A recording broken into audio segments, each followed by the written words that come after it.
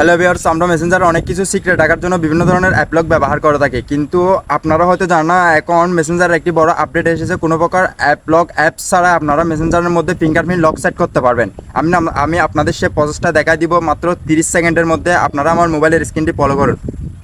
আমরা সর্বপ্রথম মেসেঞ্জারে চলে যাব। মেসেঞ্জারে যাওয়ার পর এখানে দেখতে পাচ্ছেন ত্রিকোণ আইকন, এই ত্রিকোণ আইকনে ক্লিক করবেন। ক্লিক করার পর আবার দেখতে পাচ্ছেন এখানে সেটিংস অপশন, এই সেটিংস অপশনে ক্লিক করবেন। এখানে ক্লিক করার পর একটা স্ক্রল করে নিচের দিকে আসবেন। আসার পর এখানে দেখতে পাচ্ছেন প্রাইভেসি অ্যান্ড সেফটি, এখানে ক্লিক করবেন। ক্লিক করার পর এখানে দেখতে পাচ্ছেন আমাদের একটি পেজ শো করেছে। এখানে দেখতে পাচ্ছেন অ্যাপ লক, এই অ্যাপ লকের মধ্যে ক্লিক করবেন।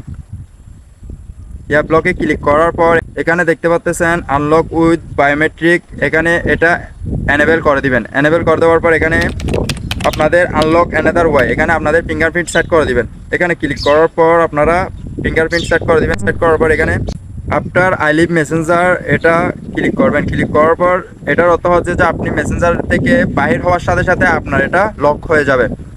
সো গাইস, ভিডিওটি ভালো লেগে থাকলে একটা লাইক, একটা কমেন্ট আর একটা শেয়ার করে দিবেন।